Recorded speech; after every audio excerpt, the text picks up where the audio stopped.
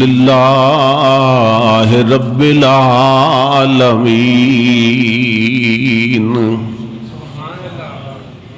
خالق السماء والأرضین الصلاة والسلام على سید المرسلین قائد الغر المحجلین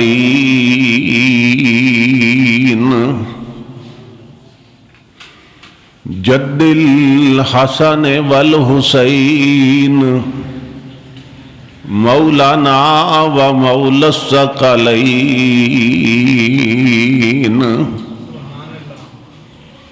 سیدنا و نبینا و نجینا شفیعنا اعلانا و اولانا و مولانا محمد المبعوث رحمت للعالمین وعلى آلہ واصحابہ الکاملین وعلى علماء ملتہ واولیاء امتہ واہل سنتہ اجمعین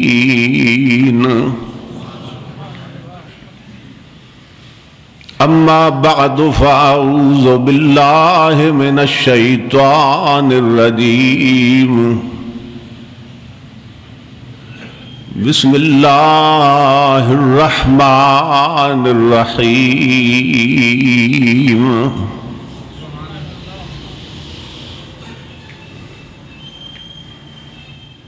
وَلْتَكُمْ مِنْكُمْ أُمَّةٌ يَدْعُونَ إِلَى الْخَيْرِ وَيَأْمُرُونَ بِالْمَعْرُوفِ وَيَنْهَوْنَ عَنِ الْمُنْكَرِ وَأُولَئِكَ هُمُ الْمُفْلِحُونَ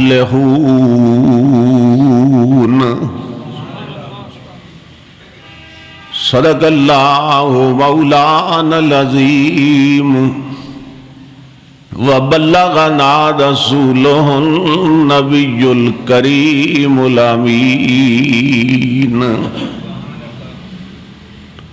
ونحن علی ذلک لمن الشاہدین والشاکرین والمطمئنین والآمنین والموقنین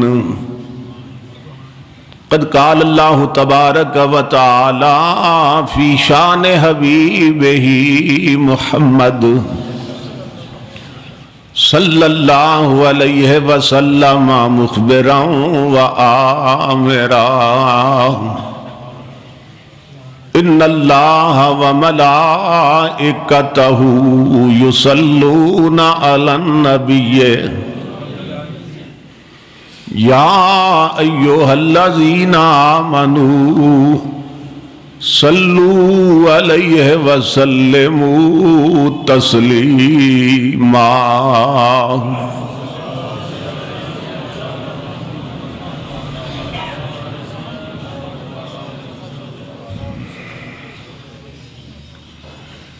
لائق صد احترام معزز حاضرین و سامعین،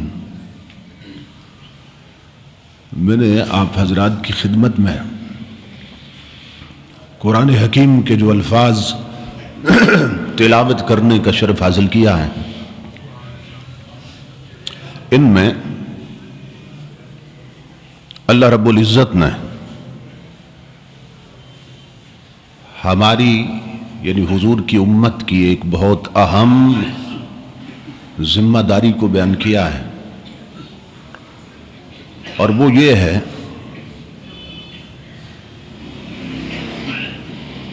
کہ ہم میں سے کچھ ایسے لوگ ہونے چاہیے کہ جو نیکی کی طرف بلائیں،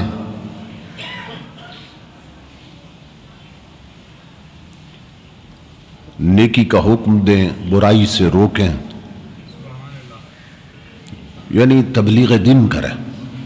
ایک گروپ ایسا ہونا چاہیے، ایک جماعت ایسی ہونی چاہیے کہ جس کا مشن اور کام ہی یہ ہو کہ وہ لوگوں کو دین کی طرف راغب کرے،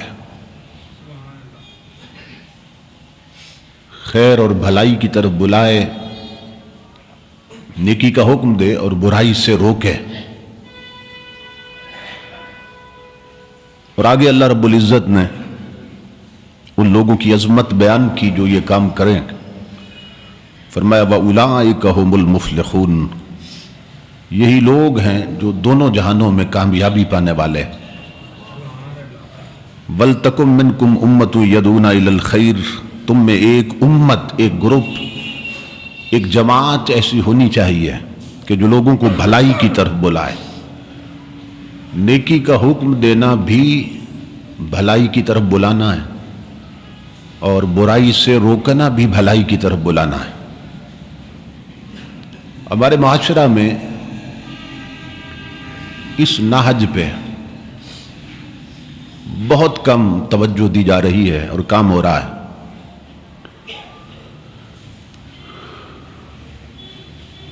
روایتی انداز میں خطابات ہوتے ہیں، مساجد میں یا محافل میں جو لوگ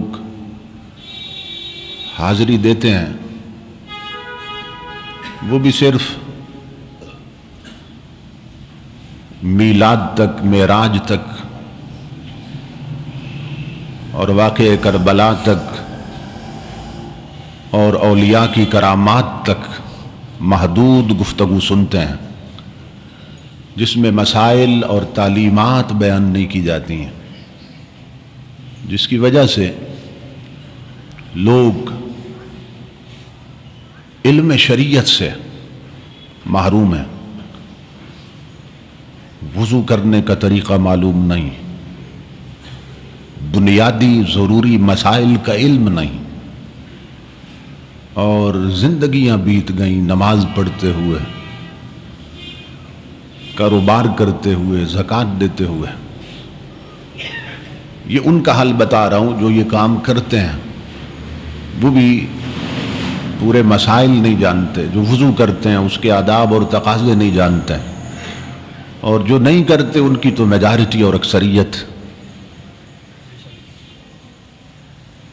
تو یہ کام تبلیغ دین کے ذریعے سے ہو سکتا ہے، اور اس انداز سے تبلیغ کی جائے جس انداز سے نبی اکرم صلی اللہ تعالیٰ علیہ وآلہ وسلم نے کی تھی۔ پاکستان سے یورپ تک میں نے دورہ کیا، ناروے تک گیا، ہر جگہ پہ جلسے ہو رہے ہیں، کہیں میلاد کانفرنس ہو رہی ہے، کہیں 11ویں شریف کانفرنس ہو رہی ہے، کہیں معراج کانفرنس ہو رہی ہے، کہیں اور سو رہے ہیں، پاکستان میں بھی دیکھ لیں۔ لیکن کسی مقام پہ اصلاح معاشرہ کانفرنس نہیں ہو رہی، نماز کانفرنس نہیں ہو رہی، زکوٰۃ کانفرنس نہیں ہو رہی، حج کانفرنس نہیں ہو رہی، فضائل اخلاق کانفرنس نہیں ہو رہی، ایمان کانفرنس نہیں ہو رہی۔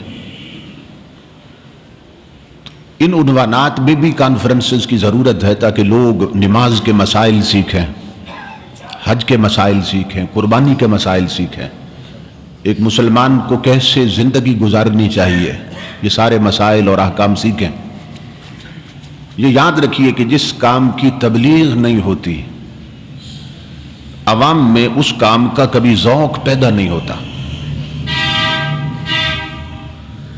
ہمارے اہل سنت کے سٹیجز پہ چونکہ عقیدے پہ بات ہوتی ہے، میلاد اور معراج پہ بات ہوتی ہے، تو معراج کے حوالے سے اور میلاد کے حوالے سے تو ہم بڑے پابند ہیں، لیکن نمازوں میں جو ہماری صورتحال ہے وہ دیکھ لیں۔ اہل سنت کی مساجد نماز کے وقت ویران ہوتی ہیں، جو بد مذہب ہیں ان کی مسجدیں بری ہوتی ہیں۔ اس کا سبب کیا ہے؟ ہمارے ہاں اعمال کی تبلیغ نہیں ہو رہی۔ میلاد کی ہو رہی ہے تو میلاد ہر کوئی منا لیتا ہے، معراج کی ہو رہی ہے، 11ویں شریف کی ہو رہی ہے، تو جس چیز کی تبلیغ ہو رہی ہے وہ سارے کر رہے ہیں، اور ان کا مذہب جو ہے وہ عقیدہ خراب ہے، مگر وہاں چونکہ ہر وقت نماز کی تبلیغ ہوتی ہے، عمل کی ترغیب دی جاتی ہے، اس سبب سے جس چیز کی تبلیغ ہو رہی ہے اسی کا نتیجہ سامنے آ رہا ہے۔ تو یہ یاد رکھیے، یہ جو میری سیریز بن رہی ہیں، میں یہ گزارش کروں گا، چونکہ میں نے وہ حدیث پاک جس میں حضور صلی اللہ علیہ وسلم نے 72 علامتیں بیان کی، اس سے اپنی گفتگو کا آغاز کر رکھا ہے، اور یہ میرا آج اس سلسلہ میں تیسرا خطاب ہے۔ آپ جانتے ہیں یہ سیریز خریدیں، گھر پہنچائیں، لوگوں کو سنائیں، گفٹ کے طور پہ دیں، تاکہ یہ جو برائیاں ہیں اور جو ہلاکت کا سبب بن رہی ہیں، جو ہماری پستی کا سبب بن رہی ہیں، جو بے چینی کا سبب بن رہی ہیں، جو معاشرے میں نحوستوں کا سبب بن رہی ہیں، ہماری ہلاکتوں کا سبب بن رہی ہیں، ان برائیوں سے ہم اپنے آپ کو بچا سکیں۔ آج میں آپ کو ایسی چیزیں بتاؤں گا کہ آپ حیران ہوں گے کہ ہمیں تو آج تک یہ بتایا نہیں گیا، ہمیں معلوم تک نہیں، اور ہم سارے کر رہے ہیں۔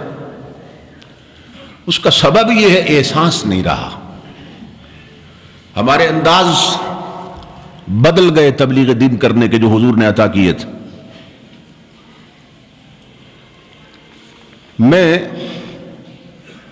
حضرت حذیفہ بن یمان سے مروی ایک حدیث پاک جو تفسیر در منصور میں امام سیوطی نے نقل کی ہے، اپنی گفتگو کر رہا تھا۔ پہلے خطاب میں 16 علامتیں بیان کی تھی، 16ویں علامت تک پہنچے تھے، اور دوسرے خطاب میں ہم قرب قیامت کی 37ویں علامت تک پہنچے، 36ویں علامت تک پہنچے تھے۔ 37ویں بھی بیان ہو گئی تھی، لیکن آج پھر میں تھوڑا سا دوہرا دیتا ہوں اسے تاکہ ایک تسلسل واقع ہو جائے۔ 34ویں علامت میں نبی اکرم صلی اللہ تعالی علیہ وآلہ وسلم نے فرمایا تھا وَحُلِّيَتِ الْمَصَاحِفُ، کہ قرآن پاک کو زینت دی جائے گی اور پڑھنے والے کم ہوں گے۔ قرآن سجانے والے بہت ہوں گے، پڑھنے والے کم ہوں گے۔ وَسُوِّرَتِ الْمَسَاجِدُ، اور مسجدوں کو سجایا جائے گا، ڈیکوریٹ کیا جائے گا، مگر نمازی کم ہوں گے۔ وَطُوِّلَتِ الْمَنَائِرُ، اور مسجدوں کے مینارے بڑے اونچے ہوں گے، مگر قوم کے اخلاق پست ہوں گے۔ مینارے جتنے اونچے جا رہے ہوں گے، اخلاق کا گراف اتنا گر رہا ہوگا اور نیچے پستی کی طرف جا رہی ہوگی، اخلاق اتنے بگاڑ کا شکار ہوں گے۔ قرآن سجے ہوئے ہوں گے، مسجدیں سجی ہوں گی، مینار بہت بلند ہوں گے۔ اس کے نتیجے میں حضور نے فرمایا یہ 37ویں علامت وَخُرِّبَتِ الْقُلُوبُ، مگر دل بگڑے ہوئے ہوں گے۔ کیا فائدہ اگر قرآن پہ مخمل کا غلاف ہے اور دل، حضور نے فرمایا انتن من الجیف، مردار سے زیادہ بدبودار ہوں گے، تو کیا فائدہ قرآن سجانے کا؟ تو قرآن تو اس لیے آیا تھا کہ ہمیں سجائے اور اسے پڑھ کے ہم سج جائیں، ہم نے اسے سجا کے الماریوں میں بند کر کے رکھ دیا اور خود نہیں سنورے، خود نہیں سجے۔ تو امام الانبیاء نے فرمایا دل بگڑ جائیں گے، دل مردہ ہو جائیں گے، دلوں پہ غلاظتیں چڑھ جائیں گی، دل میلے اور دل گندے ہو جائیں گے، اور یہ سب کچھ گناہوں سے ہوتا ہے۔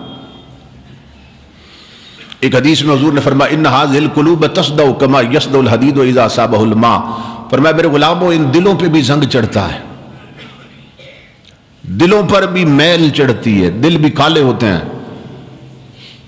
کما یصدع الحدید اذا اصابہ الماء، مثال دی حضور نے کہ جس طرح لوہے کو پانی سے زنگ لگ جاتا ہے، اس طرح دل کو گناہوں سے زنگ لگ جاتا ہے۔ اب ہر شخص دیکھ لے کہ اس کے دل کو کتنے زنگ لگے۔ ہماری مائیں بہنیں بیٹیاں، ان کے دلوں کو کتنے زنگ چڑھ گئے۔ اب نصیحتیں اثر انداز نہیں ہو رہی، دل خول میں چلے گئے، دلوں پہ غلاف چڑھ گئے۔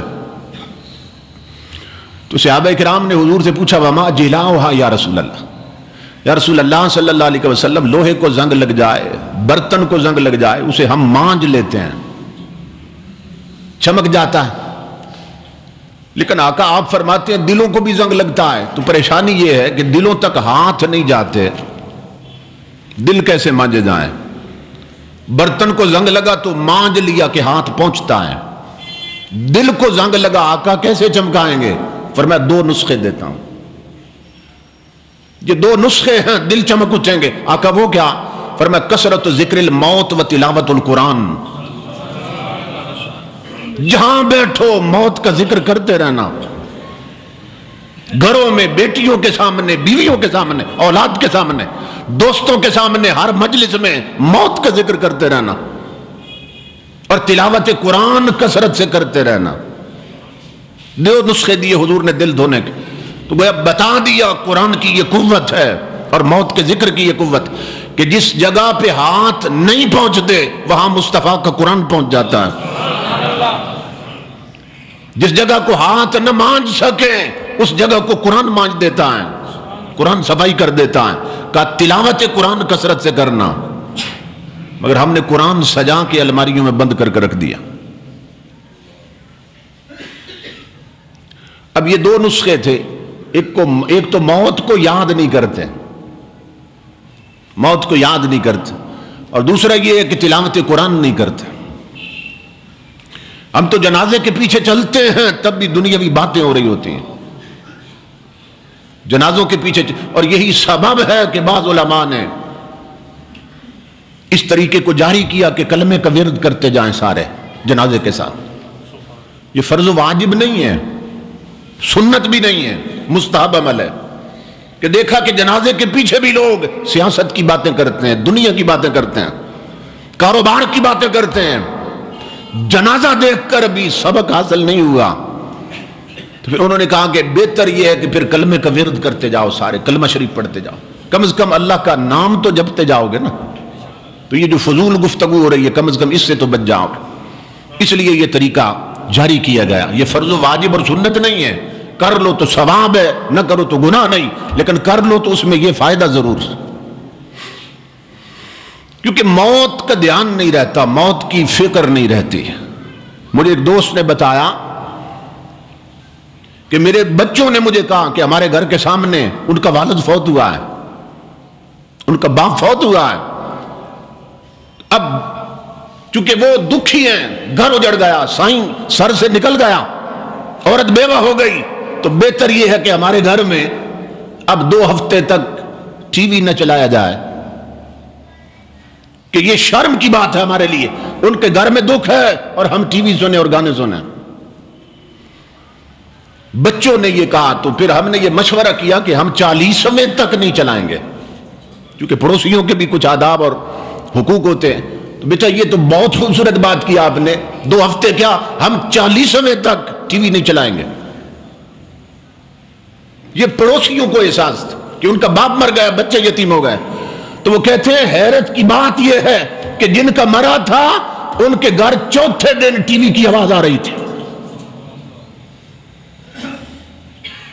گانوں کی آواز آ رہی تھی۔ جن کا مرا ہے انہوں نے باپ کی موت سے بھی سبق نہیں سیکھا، انہوں نے سمجھا اب ہم آزاد ہو گئے، پوچھنے روکنے والا جو کوئی نہیں رہا۔ تو جہاں غفلت کی چادر اس حد تک تنی ہو اور اندر اس حد تک غلاف چڑھ گئے دلوں پر، وہاں کیا کیا جائے؟ امام الانبیاء کے غلام ہو، ہر شخص مبلغ بن جائے۔ اگر اس بگڑے ہوئے معاشرے کو سنوارنا چاہتے ہو، اگر ان پیشانیوں کو پھر سجدوں کی لذت دینا چاہتے ہو، اگر دل کی دھڑکنوں میں پھر خوف خدا ڈالنا چاہتے ہو، ہر بندے کو مبلغ بن جانا چاہیے، جو سنتے ہو آگے پہنچاؤ، گھر میں ہر وقت دین اسلام کی کیسٹیں چلاؤ، قرآن کی تلاوت کرو، جب اولاد جمع ہو موت کا ذکر چھیڑ دو، قبروں کی بات کرو۔ غوث اعظم فرماتے نادان غور کر، شکستہ اور ٹوٹی ہوئی قبروں کی طرف دیکھ، کیسے کیسے حسینوں کی مٹی خراب ہو رہی ہے، عبرت حاصل کرو۔ ایک بزرگ فرماتے ہیں، حضرت غالباً حضرت سفیان ثوری بیان کرتے ہیں، غالباً یہ بیان کرتے ہیں، فرماتے ہیں ہمارے دور میں صورتحال یہ تھی کہ جب جنازہ جا رہا ہوتا پیچھے لوگ جا رہے ہوتے جنازے کے، تو ہر بندہ اتنا رو رہا ہوتا تھا کہ کوئی اجنبی بندہ دیکھتا اس کے لیے پہچان مشکل تھی کہ جنازے کا وارث کون ہے۔ آپ تصور کریں، یعنی ہر بندہ اپنی قبر کی یاد میں اتنا رو رہا ہوتا تھا، اس کا جنازہ دیکھ کر ہر ایک کو اپنا جنازہ یاد آ رہا ہوتا تھا اور اپنی قبر یاد آ رہی تھی، اور اتنے رو رہے ہوتے کہ پتہ ہی نہیں چلتا تھا جنازے کا وارث کون ہے، کہ سارے ہی رو رہے ہیں، کس کا مرا اور کس کا نہیں مرا۔ اور حضرت حسن بصری کا حال یہ تھا، جب جنازہ پڑھنے جاتے تو قبر کو دیکھ کر اور میت کو دیکھ کر اس حد تک روتے اور نڈھال ہو جاتے کہ جس چارپائی پہ میت لے جاتے اسی چارپائی پہ انہیں ڈال کے واپس لایا کرتے تھے۔ لوگوں، رونے کی ضرورت، دل کرتا ہے ایک مجلس صرف رونے کے لیے قائم کی جائے، کہ آپ کو بلایا جائے، لوگوں آؤ، آج بولیں گے نہیں، آج روئیں گے۔ اللہ کی عزت کی قسم، رونے کی ضرورت، رویا کرو، گلیوں میں چلتے رویا کرو، گھروں میں بیٹھے رویا کرو۔ ہنسنے کا دور گزر گیا اس لیے کہ ہم جہنم کی طرف جا رہے ہیں، اور جب تن سے من تک آگ لگنی ہے تو پھر ہنسنا کیسا؟ جب بن جانا ہے جہنم میں پھر ہنسنا کیسا؟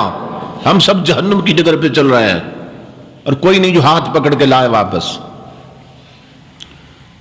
آقا نے فرمایا مسجد سجی ہوں گی، قرآن سجائے گئے ہوں گے، مینار بلند ہوں گے، مگر دل ویران ہوں گے، روحیں اجڑی ہوں گی، اور من کی وادیوں میں وہ جو عشق الہی کے چراغ جلتے تھے وہ وادیاں اجڑی ہوں گی اور ظلمتوں کا راج ہوگا، اور ہم دیکھ رہے ہیں سارا کچھ۔ تسبیح پھیری تے دل نہ پھریا، کی لینا تسبیح پھڑ کے ہو۔ بہت کم ہیں جو تسبیح پھیرتے ہیں مگر دل نہیں پھیرتے۔ یہ صرف ایک دل پھر جاتا، بلیا فقیری دا کی پونا، ادھروں پٹھنا ادھر لونا، کانٹے بدل دو، رخ بدل دو دلوں کے۔ وہ دل جو دنیا کی محبت میں مر رہے ہیں اور غلاف میں آ گئے، اس غلاف کو اٹھاؤ، اللہ رسول کی محبت میں غرق کرو، انہیں خوف خدا پیدا کرو۔ موت کے ذکر سے دلوں کے زنگ اترتے ہیں اور کثرت تلاوت قرآن سے دلوں کا زنگ اترتا ہے، اس طرف آنے کی ضرورت۔ 38ویں علامت، امام الانبیاء نے فرمایا وشربت الخمور، میری امت پہ ایک وقت آنے والا، یہ قرب قیامت کی علامتوں میں سے ہے کہ شراب عام پی جائے گی، عام ہو جائے گی شراب۔ آپ تصور نہیں کر سکتے، پی سی پہ شراب چل رہی ہے، پی سی پہ آپ جائیں، اس کا جو ویٹنگ روم ہے، آپ صرف ویٹنگ روم میں بیٹھے، کمروں میں نہیں، ویٹنگ روم میں بیٹھے، سامنے شراب لگی ہے، میں خود جا کے دیکھ۔ ہالیڈے ان پہ شراب چل رہی ہے، اور صرف شراب نہیں، لڑکیاں چل رہی ہیں۔ ہمارے بڑے بڑے ہوٹل بدکاری کے اڈے اور مرکز بن گئے، اور ملک کلمے کے نام پہ بنا ہے۔ پاکستان کا مطلب کیا؟ لا الہ الا اللہ، اور ہمارے کیپٹل کا نام اسلام آباد ہے، مگر اسلام کی کوئی ایک شے بھی نظر نہیں آتی، نام اسلام آباد، اور سب سے زیادہ وہاں اسلام کا جنازہ نکل رہا ہے۔ ہمارے ہسپتال بدکاری اور بےغیرتی کے اڈے بن گئے، ہوٹل بدکاری کے لیے بھر گئے، اور ہوٹلوں پہ شراب عام ہے۔ ہمارے ایئر فورس کے جو اڈے ہیں وہاں شراب عام پی جا رہی ہے، پائلٹ پیتے ہیں۔ ہماری آرمی کے بہت سے افسران شراب خور ہیں، جنرل شراب پیتے ہیں۔ امام الانبیاء نے فرمایا وشربت الخمور، اور میں نے بتایا تھا ایک کتاب میں کہ ہمارا عزیز آباد، یہ مغل آباد کے ساتھ محلہ، وہاں رہائش ہے، تو میں وہاں اس محلے کی دکان پہ گیا، وہاں ایک شراب کی طرح بوتل پڑی تھی، میں نے اسے اٹھا کے پڑھا تو اس پہ لکھا تھا سیلیبریشنز ڈرنک۔ اس نے بتایا جی یہ شراب کی طرز کی ایک چیز آئی ہے جو اب محلوں تک آ پہنچی، یعنی محلوں سے محلوں تک آ پہنچی، وہ جو محلات میں رہتے تھے اوپر افسر رہتے، چونکہ وہ حرام خور ہو گئے، حرام کھاتے پیتے ہیں، اب اس کا اثر یہ ہوا کہ نیچے محلوں تک آ پہنچی ہے۔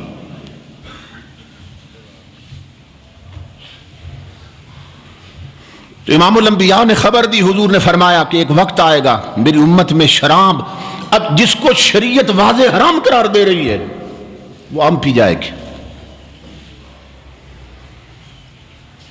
اور صحیح بخاری کی روایت ہے، امام الانبیاء نے فرمایا عن ابی ہریرہ رضی اللہ تعالی عن النبی صلی اللہ علیہ وسلم قال، کہتے ہیں کہ حضرت ابو ہریرہ فرماتے ہیں کہ امام الانبیاء نے فرمایا یاتی علی الناس زمان، کہ میری امت پہ ایک زمانہ آنے والا، ایک وقت آنے والا ہے، لا یبال المرء ما اخذ منه امن الحلال ام من الحرام، ایک وقت آنے والا ہے میری امت کے کلمہ پڑھنے والوں کہ بندہ مال لے گا، جو چیز لے گا اسے پرواہ ہی نہیں ہوگی حلال لے رہا ہوں کہ حرام لے رہا ہوں، فکر ہی کوئی نہیں ہوگی۔ اور عرب میں اس حد تک عربی شیخ بگڑے ہیں، شیخ بگڑے ہیں، وہ کہتے ہیں کلو حلال، کہتے ہیں کلو حلال۔ اور اسی طرح وہ کر رہے ہیں وہاں یورپ میں، جو عربی شیخ یورپ میں رہتے ہیں کلو حلال کہہ کے ہر شیخ خرید اور کھا جاتے۔ لا یبال المرء، آقا فرماتے ہیں بالکل پرواہ نہیں ہوگی، کلمہ پڑھے گا، اپنے آپ کو مسلمان کہے گا، میری امت گردانے گا، اور پرواہ نہیں ہوگی کہ حلال لے رہا ہے کہ حرام لے رہا ہے۔ یعنی حرام اس کی نظر میں اتنا ہلکا ہو جائے گا، اس کو کوئی جرم ہی نہیں سمجھے گا کہ یہ حرام ہے۔ امام الانبیاء کے غلاموں، اب سنیے کہ کس حد تک ہماری گٹی میں حرام ڈالا جا رہا ہے اور ہمیں معلوم تک نہیں۔ یہ حجاج بن یوسف جو تھا، حجاج بن یوسف بہت ظالم حکمران تھا، اسے بتایا گیا کہ کچھ تیری رعایا میں، سلطنت میں اللہ کے بندے ایسے ہیں، اللہ کے بندے ایسے ہیں کہ جس کے لیے بد دعا کر دے وہ ہلاک ہو جاتا ہے، اور تو ہے بہت بڑا ظالم و جابر، ان کی بد دعا سے بچتے رہنا۔ ان کے منہ سے نکلے ہوئے لفظ قضاء و قدر کے تیر ہوتے ہیں، کوئی نہیں بچتا جس کے لیے ہاتھ اٹھا دیں، ان سے بچ کے رہنا۔ وہ ہنس پڑا، اس نے کہا وہ انتظام میں نے پہلے کر دیا ہے۔ توجہ سے سننا، یہ تاریخی حقیقت ہے۔ وہ کہنے لگا مجھے ان سے کوئی ڈر نہیں رہا، وہ میں نے پہلے انتظام کر دیا ہے۔ کہا کیا کیا؟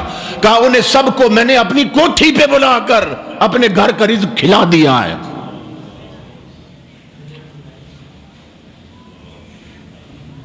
سمجھ رہے ہیں؟ یعنی میرے گھر کا وہ نمک کھا گئے جو ناجائز ہے، میرے گھر کی روٹی کھا گئے جو ناجائز ہے۔ ظالم ہے نا، ظلم سے ہر چیز حاصل کی ہے۔ اب جو ظالم حکمران کے دسترخوان پہ ٹکڑا کھا جائیں، اب دیکھتا ہوں ان کی بددعائیں قبول کیسے ہوتی ہیں۔ اس نے کہا میں نے خود کو پہلے محفوظ کر لیا ہے۔ یہ ہمارے بڑے بڑے پیر اور مولوی بغیرت ہیں جو اس طرح کے حرام خور حکمرانوں کی دعوت پر ان کی کوٹھیوں میں جاتے ہیں۔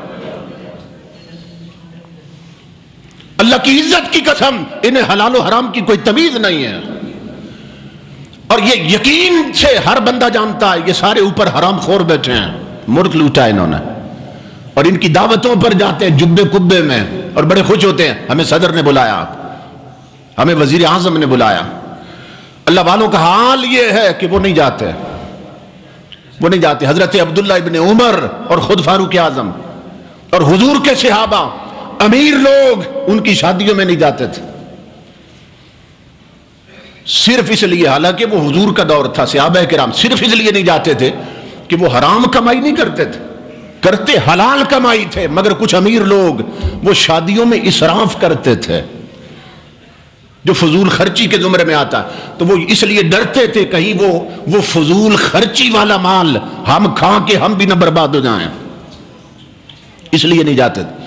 اور آج یہ حرام خور ہیں اور بڑے بڑے مولوی لیڈر، اور پھر سارے جا کے وہاں جا کے ہالیڈے ان پہ کبھی وہاں انوائٹ کیا جا رہا ہے کبھی کہیں، تو یہ یا تو اس لیے جائیں کہ وہاں جا کے تبلیغ دین کریں، وہ جرت ہے نہیں، تو پھر اپنے آپ کو تو کم از کم بچا کے رکھے نا.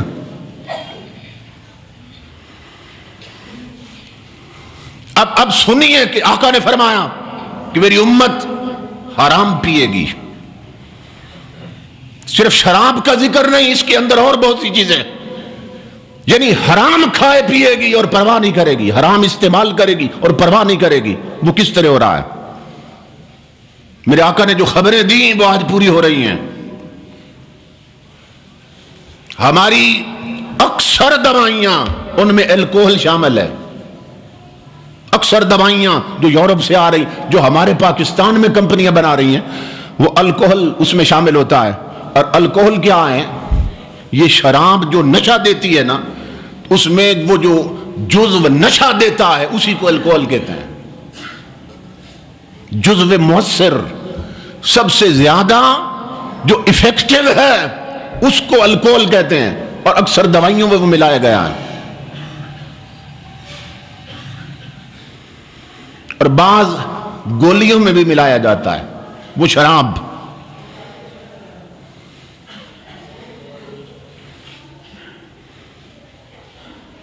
اب اس کے لیے تو ہمارے جو ڈاکٹرز ہیں نا، جو متقی پرہیزگار ڈاکٹر ہیں، انہیں چاہیے، میڈیکل سائنس کے، انہیں چاہیے کہ وہ کم از کم اس کے متبادل کوئی ایسی چیز. اب الکوہل کیوں ڈالتے ہیں؟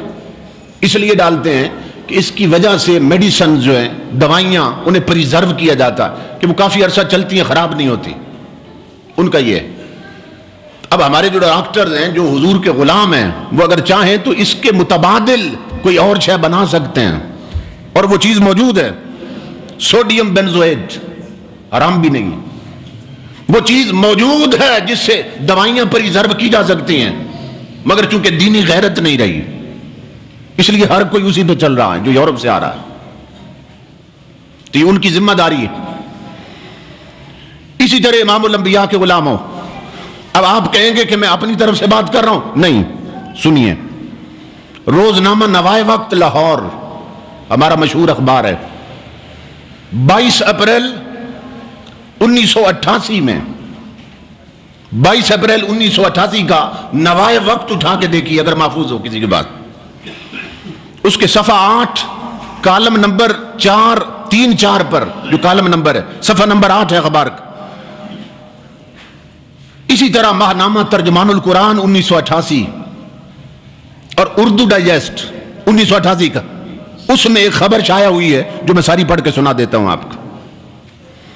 متحدہ عرب امارات میں،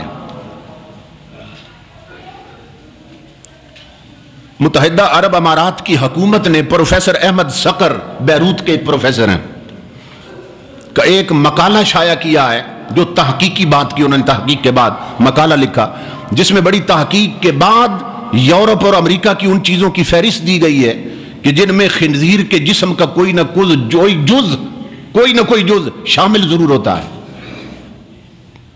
یورپ سے آنے والی چیزیں جو ہمارے ملک میں بک رہی ہیں اور اسلامی ممالک میں بک رہی ہیں.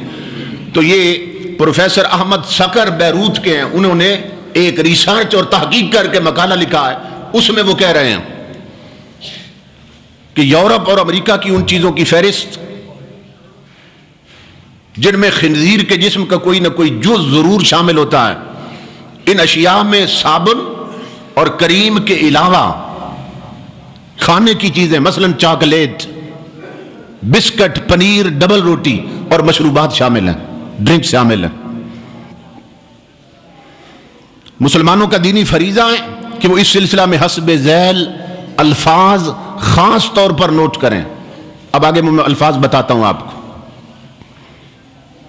اور جن چیزوں پر بھی یہ لکھے ہوئے دیکھیں، یہ الفاظ ہیں، ڈبوں پہ لکھا ہوتا ہے نا، کچھ تفصیلات ہوتی ہیں، وہ ساری دیکھیں. یہ لفظ جو میں بتاؤں گا یہ جس ڈبے پر ہوں گے اس میں خنزیر کے جسم کا کوئی نہ کوئی عنصر شامل ہوگا. یہ پروفیسر احمد صقر کی یہ ریسرچ جو بیروت کے ہیں. اور جن چیزوں پر یہ لکھا ہوگا سمجھ لیں کہ ان میں خنزیر کی چربی اور گوشت شامل ہے. یہ پروفیسر احمد صقر کہہ رہے ہیں.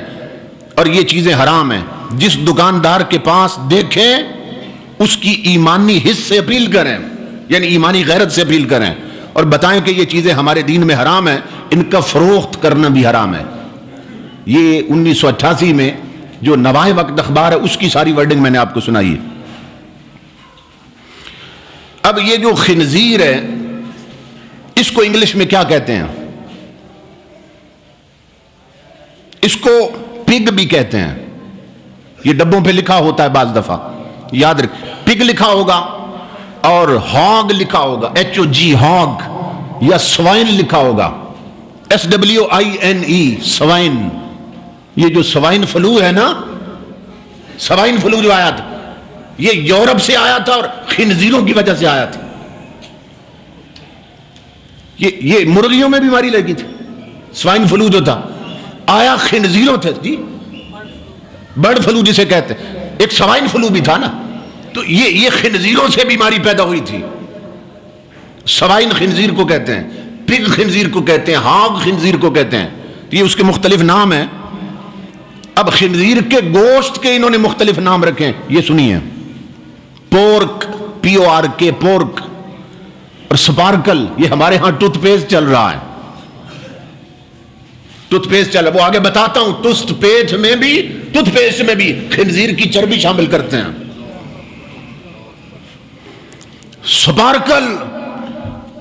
سپارکل کا معنی ہی خنزیر کا گوشت ہے، اب تصور کریں۔ اسی طرح HM ہیم بھی خنزیر کے گوشت کو کہتے ہیں۔ بیکن، ہمارے ہاں بیکن سکول کھلے ہیں، بیکن خنزیر کے گوشت کو کہتے ہیں۔ تصور کریں کس حد تک ہمارے معاشرے میں بے برکتی پھیلا دی گئی، اور ہمارے کلین شیو کرنے والے ہیں وہ ایک برش استعمال کرتے ہیں جس سے جانگ چڑھاتے ہیں۔ برسٹل پاکستان میں بک رہا ہے ایک برش، جو بڑے افسر ہیں نا ذرا زیادہ اپ ٹو ڈیٹ ہے، وہ کہتے ہیں ہم تو یورپ کی بنی ہوئی چیزیں استعمال کریں۔ وہ برش وہ خریدتے ہیں جو یورپ سے بنا ہے، برسٹل نام کا برش خریدتے ہیں، اور انگلش کی ڈکشنری اٹھاؤ اور برسٹل کا معنی تلاش کرو تو اس میں لکھا ہے، میں نے پڑھا ہے، میرے پاس ڈکشنری موجود، اس میں لکھا ہے خنزیر کے دم کے بالوں کا بنا ہوا برش، اس کو برسٹل کہتے ہیں۔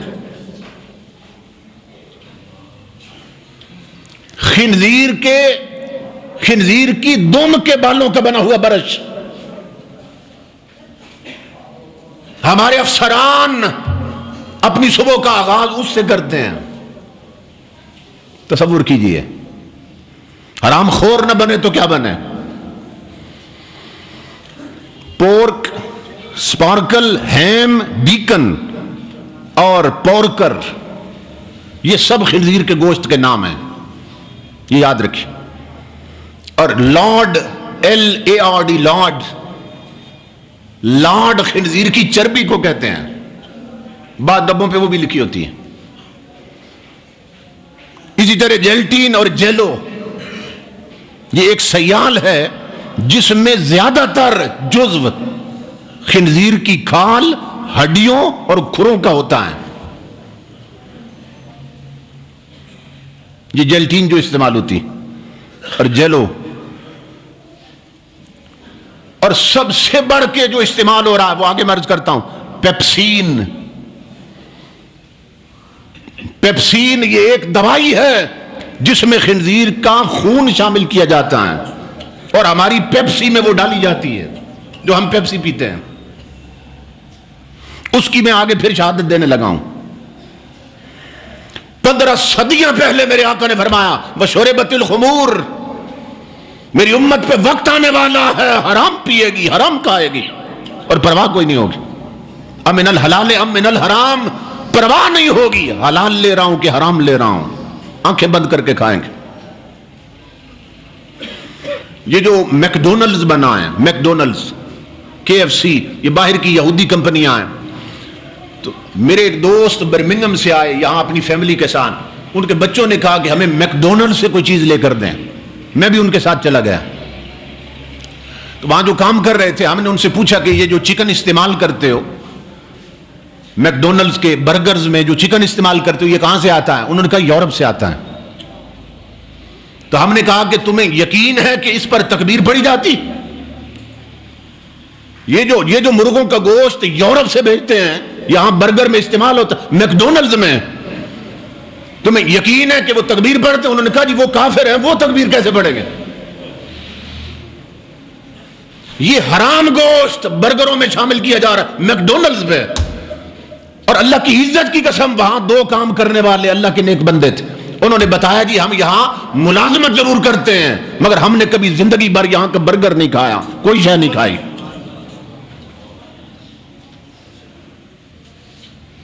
تصور کریں. اور وہاں آپ جائیں، وہاں ٹیبل بھرے ہیں، مسلمان کھا پی رہے ہیں، کلمہ حضور کا پڑھتے ہیں، روزانہ حرام کھا کے سوتے ہیں، اور نہ جانے کتنے لوگ ان کی رگوں میں خون میں حرام شامل ہو چکا ہے. کہاں سے دعائیں قبول ہوں، کہاں سے برکتیں آئیں، کہاں سے روشنی اندر ڈالی جائے.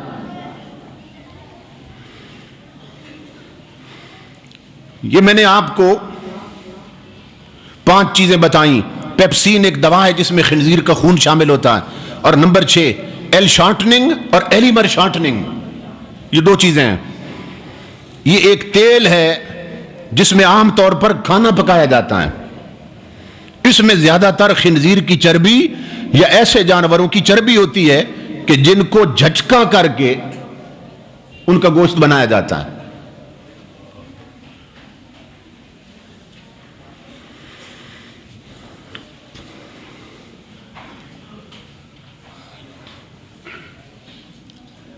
اب 3 چاکلیٹ ایسے ہیں، 3 چاکلیٹ اور بھی شاید ہوں گے مگر جہاں تک تحقیق ہو سکے 3 چاکلیٹ میں ان کے نام بتا رہا ہوں. ان میں خنزیر کا گوشت شامل ہے، اس کی چربی شامل ہے چاکلیٹوں میں. پرنس چاکلیٹ، کرافٹ چیز، یہ 3 چیزوں میں، پرنس چاکلیٹ میں خنزیر کی چربی شامل ہے، کرافٹ چیز میں خنزیر کی چربی شامل ہے، اور ریمارک چیز میں خنزیر کی چربی شامل ہے. اور وہ مسلم ممالک میں بک رہا اور لوگ کھا رہے ہیں.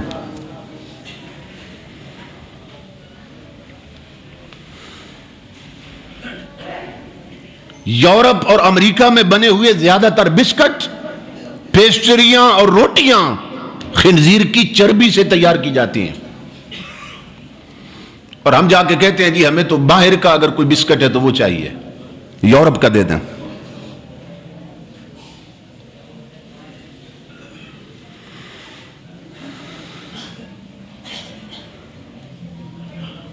انہوں نے پھر وضاحت کر دی، کہتے ہیں پیپسی کولا مشروب جو پیپسی ہے اس میں پیپسین ملائی جاتی ہے. اور میں آپ کو یہ بتا چکا ہوں پیپسین ایک دوا ہے جس میں خنزیر کا خون شامل ہوتا ہے. اور وہ بیان کر رہے ہیں کہ پیپسی کولا مشروب میں پیپسین ملائی جاتی ہے جو خنزیر کے خون سے بنتی ہے. یہ میٹریا میڈیکا کے مطابق پیپسین کہاں سے بنتی ہے؟ اب یہ ان کی ریسرچ ہے، ان کی کتاب میں ہے. میٹریا میڈیکا وہ کہتے ہیں کہ پیپسین تندرست خنزیر، جو تندرست ہوتے ہیں نا خنزیر، بچھڑا یا بھیڑ کے میدے سے حاصل کی جاتی ہے. میدے کا جو رطوبت ہوتی ہے، جاگ، اس سے حاصل کی جاتی ہے پیپسین، جو پیپسی میں ملائی جاتی ہے. اور یہ وہ سوپ یعنی صابن اور کریمیں بتانے لگا ہوں کہ جن میں خنزیر کی چربی شامل کی جاتی ہے. یہ وہ خود بیان کر رہے ہیں. لکس صابن میں خنزیر کی چربی شامل کی جاتی ہے. یہ میٹریا میڈیکا کے مطابق یہ وہ خود اعتراف کر رہے ہیں. لکس صابن میں خنزیر کی چربی استعمال کی جاتی ہے، کیمی صابن میں خنزیر کی چربی استعمال کی جاتی ہے، ایوری سوپ میں خنزیر کی چربی شامل کی جاتی ہے، لٹا گارڈ میں، یہ بھی ایک سوپ ہے، خنزیر کی چربی شامل کی جاتی ہے، زکٹ میں ZICT زکٹ، اس میں خنزیر کی چربی شامل کی جاتی ہے، برل کریم، یہ بچے ہمارے نوجوان برل کریم لگاتے ہیں بالوں کو چمکانے کے لیے اور قابو رکھنے کے لیے، برل کریم میں خنزیر کی چربی لاڈ شامل کی جاتی ہے. لسکیپ میں LISCAP لسکیپ میں خنزیر کی چربی شامل کی جاتی ہے.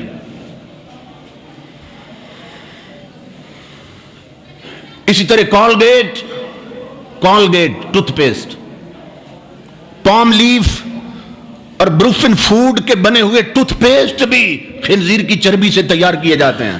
یہ میری باتیں نہیں، ان کی باتیں ہیں. اچھا، حیرت کی بات یہ ہے، یورپ میں بنی ہوئی یا یورپ کی بنی ہوئی جتنی لپسٹک آتی ہیں، سرخیاں جو عورتیں ہونٹوں پہ لگاتی ہیں، ان سب سرخیوں میں خنزیر کی چربی شامل کی جاتی ہے. اور اس کا سبب کیا ہے؟ اس کا سبب کیا ہے کہ خنزیر ایسا جانور ہے کہ جس کی چربی پگھلتی نہیں ہے انسانی جسم کے ساتھ لگ کے، ورنہ ہر چربی ہاتھ پہ رکھے تو ہاتھ کی گرمی سے پگھل جاتی ہے. تو چونکہ لپسٹک لگانی ہے ہونٹوں پہ، پگھل جائے تو پھر بہہ جائے گی، تاکہ نہ پگھلے اور نہ بہے اس میں خنزیر کی چربی ضرور شامل کرتے ہیں لپسٹک میں. حضور کی امت کی بیٹیاں ہیں، غسل بھی کیا. تصور کریں، غسل کیا سنت سمجھ کے کہ سنت ہے، وجود ناپاک تھے، پاک کیے سنت طریقے پر، پاکیزہ کپڑے پہنے، اور جب سارا کچھ بنا سنوار لیا، آخر میں لپسٹک لگائی جس میں خنزیر کی چربی شامل.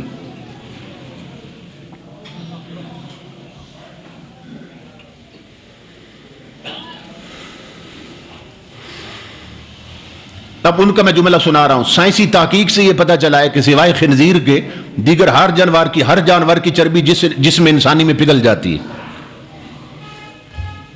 چنانچہ خنزیر کی چربی نسوانی لپسٹک میں استعمال کی جاتی ہے. مؤرخہ 13 اپریل سن 1985 کو روزنامہ جنگ لاہور، اس کے صفحہ 2 کالم نمبر 6 پر یہ خبر شائع ہوئی. اور اس خبر کی وضاحت میں پھر ہمارے وفاقی محتسب سردار اقبال احمد خان نے کچھ ریسرچ کرا کے نا عوام کو کنٹرول کرنے کے لیے انہوں نے کہا ہم ریسرچ کرتے ہیں کہ یہ خبر ٹھیک ہے یا غلط. پھر انہوں نے ایک بیان دیا تھا، وہ بھی پڑھ کے سناتا ہوں. 13 اپریل 1985. اللہ اکبر. چونکہ وقت ہو گیا جمعہ کا، اس کو میں آئندہ جمعے پہ اٹھا رکھتا ہوں. اللہ پاک حضور کے توسل سے ہمیں حقائق سمجھ کر قبول کرنے کی اور عمل کی توفیق عطا فرمائے. وما علینا الا البلاغ. میں دھیان نہیں رہا